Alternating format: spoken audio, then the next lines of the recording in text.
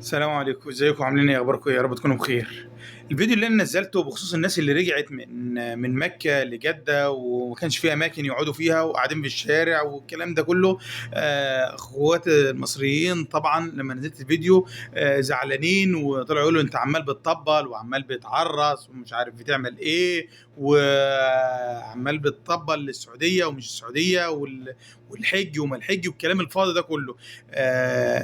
انا كنت منزل الفيديو عشان خاطر الناس اللي بتجيب زيارات وزيارات شخصيه وكلام من ده، واللي بيشتروا زيارات شخصيه من مصر ويجوا على اساس ان هي حج وكلام من ده وما يعرفوش اي حاجه ويجوا، وناس كبير في السن. انا بعاتب على الناس اللي فاهمه، انما الناس الكبار في السن مغلوب على امرهم ونفسهم يحجوا باي طريقه وبارخص سعر، فبيمشوا على حسب الجماعه بتوع الشركات ما بيقولوا لهم والكلام ده كله. طبعا هم مش عارفين العواقب بتاع الكلام ده، ومش عارفين ليه السعوديه مطلعه الحج بتصريح، او الناس تدخل بتصريح. الموضوع الناس تدخل بتصريح عشان يقدروا يخدموا الناس ديت، علشان يقدروا يقدموا الخدمات بتاعتهم. عندهم قدره استيعابيه محدده، قدره استيعابيه في المشاعر، قدره استيعابيه في خدمات المستشفيات، قدره استيعابيه في الطوارئ، قدره استيعابيه في كل حاجه موجوده عندهم. لهم حاجه محدده ولهم استيعاب محدد. لما الاستيعاب ده يخرج عن الطاقه الاستيعابيه بتاعتهم مش هيقدر يقدم الخدمات بتاعته، او ان هو يقدر يخدمك بالشكل الكافي. وبالتالي هيبقى الناس كلها تقول لك لا احنا في السعوديه ومفيش خدمه وبنحج وما لقيناش حد يساعدنا والكلام ده كله. طبعا الكلام ده لما تقوله للناس، كل واحد بعقليته وكل واحد بدماغه هيقول لك الكلام ده مش مظبوط، هي جت علي انا، هي جت على واحد، جت على اتنين. الموضوع مش بالواحد ولا اتنين ولا العشرة، الاعداد بمئات الالاف بل بالملايين. فالناس الغير نظاميين لما يتعدى حدودهم، هقول لكم على حاجه وممكن تتاخد عليا. السنوات اللي فاتت كان في مجال ان يكون في ناس غير نظاميين. مش هقول لك السعوديه او الحكومه السعوديه او الناس مش عارفين ان الناس اللي داخله او عارفين ان هم غير نظاميين، لا كانوا عارفين وسامحين بمزاجهم. لان في مجال، في قدره استيعابيه يقدروا يستوعبوا الناس اللي نفسها تحج ودخلت، سواء كانوا زياره، سواء كانوا مقيمين من غير تصريح، سواء زياره من غير تصريح، وكانوا بيعدوهم ومشي الامور. والناس العاقله عارفه الكلام ده، والناس اللي بتفهم عارفه القصه دي كلها، وعارفه ان كل حاجه لها حدود وكل حاجه لها مجال. وكانت بتتفتح، وانا وانت وغيرك وناس كتير حجت من غير ما تاخد تصريح. في اوقات كان الموضوع مسموح فيه في السنين اللي فاتت، كان الاعداد، كان في مجال مسموح ان الناس تحج، كان في مجال ان يكون في خدمه موجوده، ان انت تقدر تروح، موجود الخدمات موجوده. وقتها كانت تقدر تستوعب، يعني العمليه كان فيها استيعاب. لكن لما بدات الاعداد بزياده والموضوع وصل الملايين، فكان لازم يكون في نطاق محدد لاعداد من كل دوله، ان هي تيجي عدد محدد من كل دوله علشان يقدر يحج. علشان كده بيعملوا في مصر، بيعملوا القرعه وبيعملوا الخدمات، الناس اللي تطلع عن طريق القرعه ولهم عدد محدد، وكل دوله لها عدد محدد تدخل به، ولها كميه معينه من او عدد معين من الناس ان هم يدخلوا ويسافروا، ما يقدروش ياخدوا من الدوله دي اكتر من كده. طبعا الناس العاقله بس هي اللي هتفهم الكلام ده وهتستوعب الكلام ده. طبعا ما حدش هيعرف الكلام ده الا الناس النتائج اللي بترتب على القصص دي، الناس اللي راحت مكه واعداد الوفيات اللي حاصله.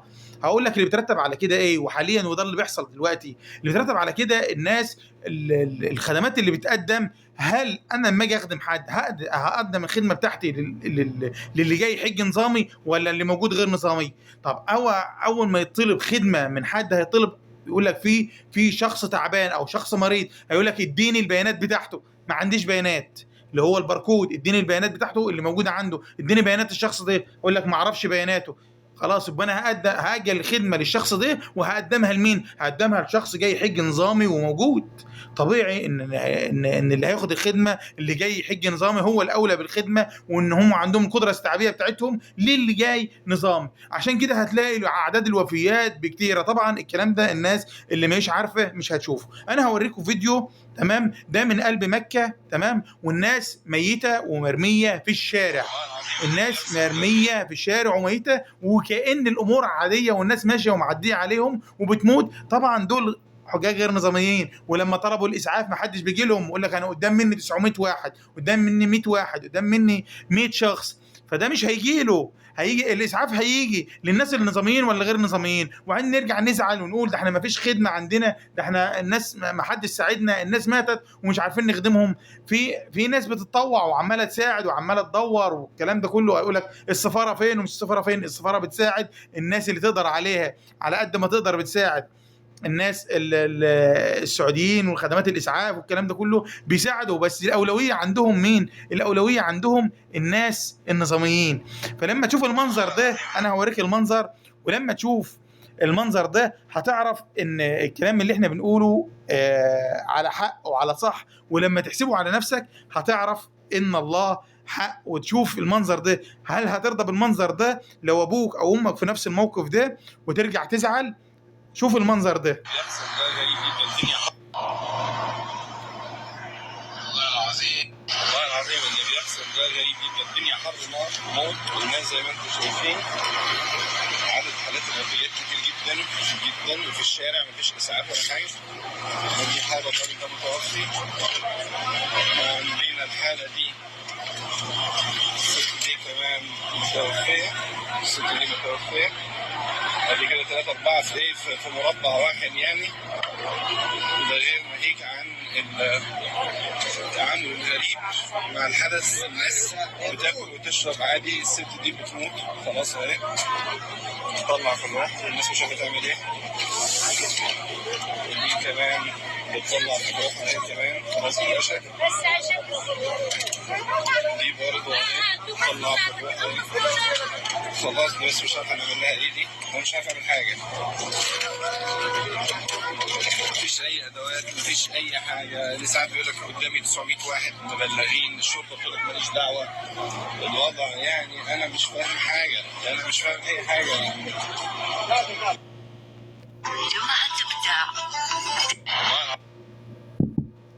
شفت الوضع؟ شفت اللي بترتب ان الاعداد تكون اكتر من الحد المسموح به او القدره الاستيعابيه؟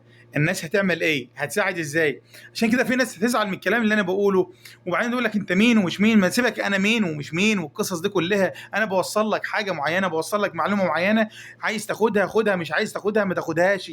او الفيديو ما عجبكش عدي من عليه وكانك ما شفتوش خالص. الوضع فوق الاحتمال. الناس تزعل بقى ما تزعلش، تاخد الموضوع على هواها بمزاجها ما تاخدوش، هي حرة. بس انتوا شفتوا الوضع عامل ازاي؟ الناس بتموت ومحدش بيسأل فيها. ليه؟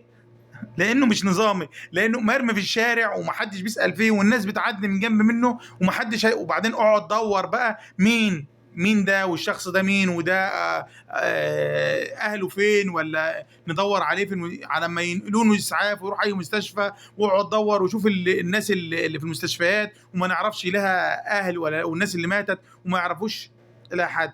الموضوع يا جماعه فوق ما اتخيل، فوق من كلمه تطبيل وما تطبيل وتعريض وما تعريض والقصه دي كلها.